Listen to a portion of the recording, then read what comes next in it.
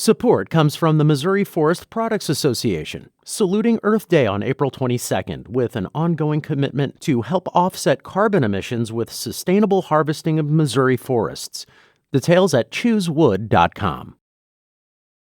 Welcome to St. Louis on the Air. I'm Sarah Fensky.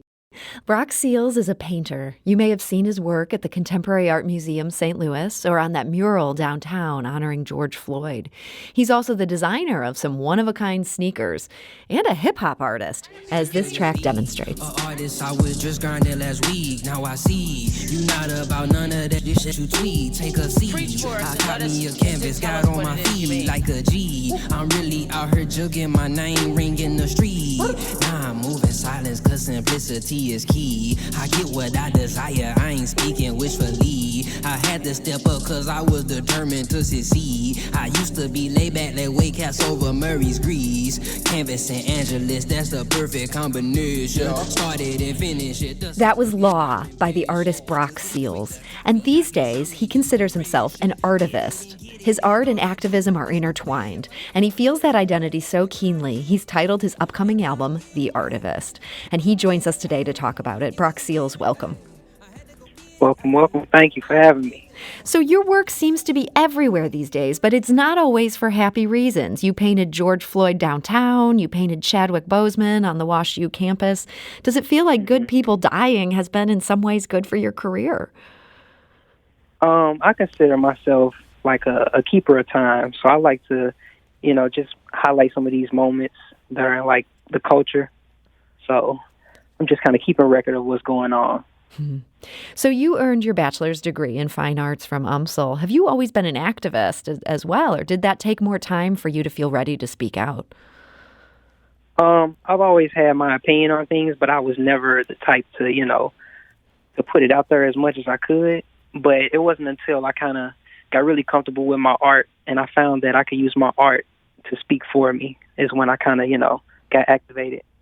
And was there a turning point when you were like, yes, this is the issue I want to speak out about right now? I'd probably say around the time I did the George Floyd mural, I was doing a couple other things related. And it kind of just made sense for the time. I just felt like, okay, this is what I'm supposed to be doing. I got good response back from that. So I was like, let me just keep it going. And so from there, you see this as a big part of what you want to work on going forward? Absolutely. I've seen like how I've been able to touch certain people and the response that I've gotten from it. And I'm actually comfortable with doing it and I'm having fun. So I feel like this is a good direction for me. So your latest musical release, it's a track called It's Up. I want to have a listen to that. Yeah. I may not always be right, so correct me if I'm wrong. I'm about to touch the sky, hey, but I can't take this on my own. Come on. Yeah, we going all the way up. Take off. Too deep in the two-seater with up. Take off. All my chicken eat, we just had lunch. Take off. These simple sturdy, we don't ask much. I live for the rush. Okay, J-Roll flows wrote this in the Uber. I prefer chauffeur if I'm gonna be the shooter. Yeah. 10 fit suit, I just shot with the boosters. Hey, I'm finna see Big Badger, I predict the future. Hey, let go. First, God bless me with the gift of gab. Told niggas I'm a painter, they looked at me and laughed. I bet I change their mind when I pull up with that bag. See, this shit different when it's something you never had. And that is It's Up by the artist Brock Seals. Now, the hook on that song is, I'm about to touch the sky, but I can't take this on my own. What do you mean by that? Basically, I'm about to do some really big things. I want to make some big change, but I need your help. Asking people to join along in your cause? Yeah, definitely. And it's just me being humble. I might not always be right. I may not always have the answers. So I'm going to need your help. Correct me if I'm wrong. But I'm going to try to make something happen. And it feels like such an optimistic song, even though there's kind of this bittersweet note in it. It feels like you feel like good things are on the way. Is that a fair reading? Absolutely. I love speaking positivity and, bringing life into my music. So you say in the song, told people that I'm a painter and they laughed. I bet I change their mind when I pull up with the bag, meaning money. Are you making a good living off art at this point? Right now, it's pretty nice. It's fair. I appreciate, all the opportunities. So you've said that everything is your canvas. Do you mean everything literally? literally everything. I mean, I'm the type of person that wants to paint something that I've never painted before or something I've never seen painted. I mean, a lot of artists can relate. They see the world different. So every time I'm driving or I'm out and about, I look at things like, oh, man, that would be a good art piece, or how would that look different if I painted it? So what have been some of your more unusual canvases? Give us an example. Just recently, I painted a house. A house? So that was kind of like, a house. Was this your house? No, this is not my house. It's a lady, she contacted me to she's starting a gallery, and it's going to be like a home gallery. So she wanted the outside of the siding of the house to be painted like a mural. Wow. So so that was crazy, and that was like I was super nervous about doing that because I hadn't done anything to that scale, besides like the murals around, but a house with the siding, it's really it's really difficult, It's not just like a flat wall. So yeah, and doing a house feels so personal. Like if this woman didn't end up liking what you did, that this would just be awful for her. Yeah, and the neighbors too. So you got a lot of people, you got to please with that one. But it worked out good. Everybody loves it. So what is the mural of on this house? It's of one of my patterns. I do a lot of abstract patterns. So this one is just one of my signature patterns that you can notice. Okay. And you use a lot of bright colors. Is that also the case with this house? Oh, no. We had to do something a little more easy on the eyes because, we got a lot of neighbors around. So this was more subdued tones, but it still has a really big statement, It's something that'll catch your eye. So this house, I don't want to blow up this poor woman's spot, but could people drive by and easily check this out if they were interested?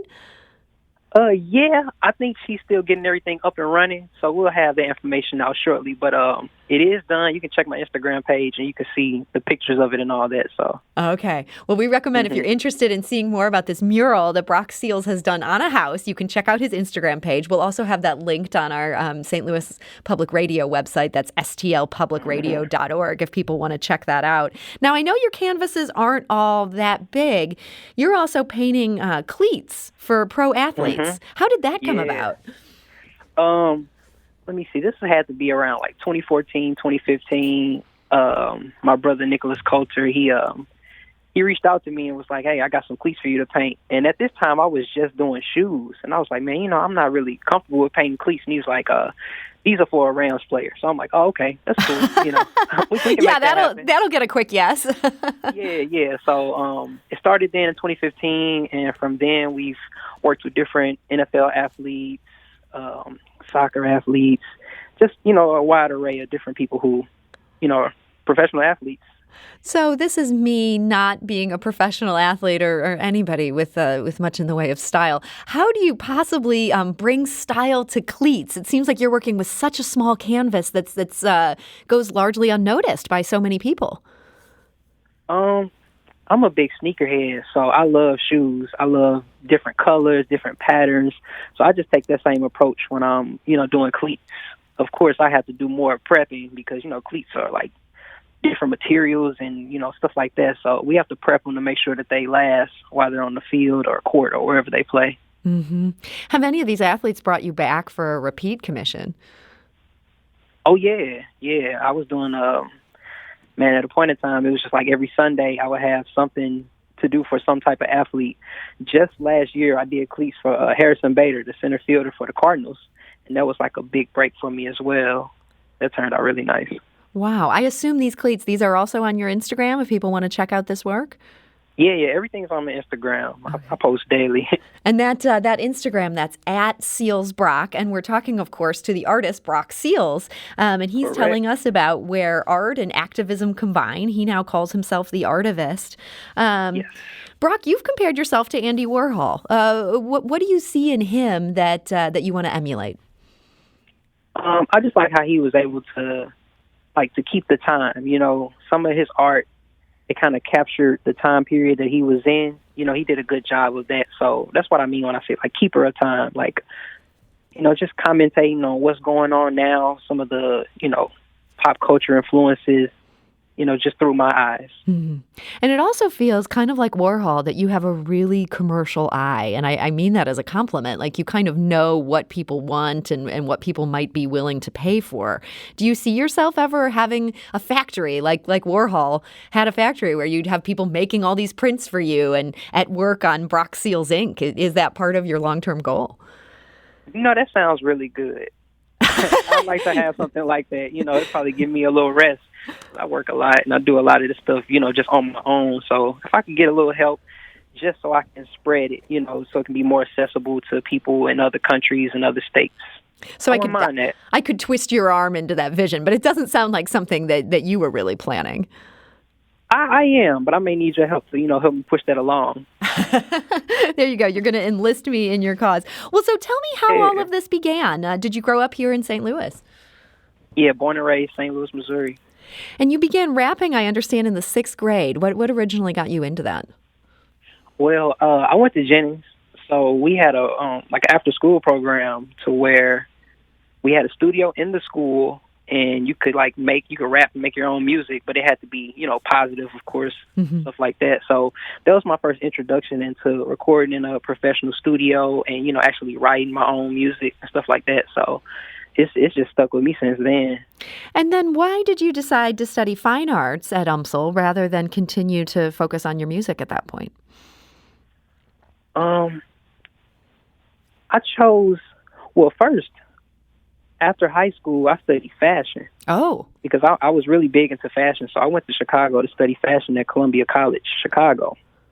It wasn't until I lost my scholarship and I had to come back to St. Louis, so I started to go to Flow Valley.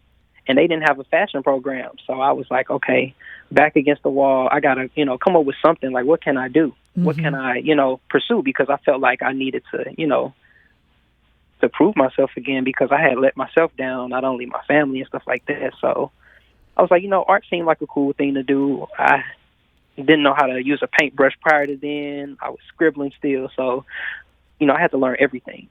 And that you got an associate's degree there? Is that what happened? Yeah, I got my associates at Flow Valley, and then from there I went to UMSL. Okay, so that sort of took you down the road of visual art. Do you feel like fashion is still your first love, even though you have this interest in art and fashion? Yeah, I kind of mixed the two. So that's why I paint on a lot of shoes, clothing, and stuff like that. That's kind of like me merging my love for fashion with my newly love for art. Do you feel pressure to sort of pick a lane? You have all these different things you're interested in. No, I don't feel the pressure at all. If anything, it's like relief because I have kind of a short attention span with when I'm working on certain things. I may get tired of it and let me hop in this lane or let me hop back in there. So, I can never really make my mind up. So it keeps it fresh that you can just sort of dive back and forth. Absolutely. It's rewarding. Well, as we mentioned early in this conversation, you're working on a new album. You're calling it The Artivist. How will this project be different than your other work? Well, this project, it's a little more personal. It's talking about my journey from high school to college, just navigating life, trying to find, my purpose, my meaning. What am I here to do? And it talks about me finding that with what I've been doing as of late with the artivism. So it just gives you insight more onto that. So you feel like you found your purpose. Are you hoping to inspire others to be able to find theirs? Absolutely. I've been, an advocate for that for a while. Even when I've always known my purpose, but yeah, I just want to inspire people. Well, so for people who've been intrigued by our conversation today, I know they can find you on Instagram. Again, that's at Seals Brock. But what are a couple places where they can see your public art around the city? We have the George Floyd mural that's at Big Shark Bike Shop on Locust. Let me see. I understand you have an arch in Forest Park right now for the Shakespeare Festival. Yeah, we had that, but they took it down because it was just for a period of time. Oh, okay. You also have a piece at Wash U right now. Is the Chadwick Boseman piece still up there? Yeah, that's at Wash U right now. That's at their South 40 underpass, right up under Forsyth. Okay, the South 40 underpass. Yeah, and it's like a 50-foot mural. It was myself. I collaborated with 5 different other artists. But yeah, the Chadwick Boseman piece is there. So that might be one of the biggest ones to check out. And it sounds like also Big Shark downtown. That would be a great place for people to see what you've been up to. Yeah. And I also painted a sphere. It's in Clayton. I believe it's McPherson. That may be or may not be the right place, but it was a sphere I collaborated with me and James Solomon. It's like right in front of the hotel building. So okay, well, look for a spear in front of a Clayton hotel building. Brock Seals, I tell you, his work is everywhere. You can find him on Instagram at SealsBrock. So Brock Seals, thank you so much for joining us today. Thank you for having me. I appreciate it. And we're actually going to go out of the show with another new track, and this one is called New Jeep. You might drown off this drip, but if you move like the current, you'll float just like the ship. I move R like Warhol, my G bout that word dog. I move R like Warhol, my G's bout that word dog. Yeah, we war ready, hey, shoot like Corbin, get it. Yeah, new fee on my side, and we going steady. Tomorrow on St. Louis on the Air, we'll check in with the former provost of Washington University. That's Holden Thorpe. He's now the editor-in-chief of Science magazine. He's launched a blistering attack on President Trump. He'll explain why. And we'll also meet an emerging artist whose work is now on display at the Contemporary Art Museum, St. Louis. Podcast episodes of St. Louis on the Air are available at stlpublicradio.org or subscribe for free wherever you get your podcasts. St. Louis on the Air is a production of St. Louis Public Radio. That's 90.7 KWMU. Thank you for listening. I'm Sarah Fensky. I get it in a day. Hey, I get it in. I get it in. I get it in. Look.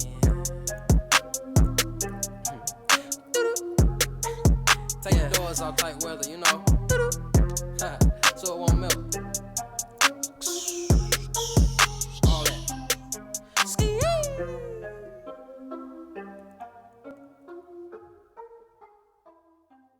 Support comes from the Missouri Forest Products Association, saluting Earth Day on April 22nd with an ongoing commitment to help offset carbon emissions with sustainable harvesting of Missouri forests. Details at choosewood.com.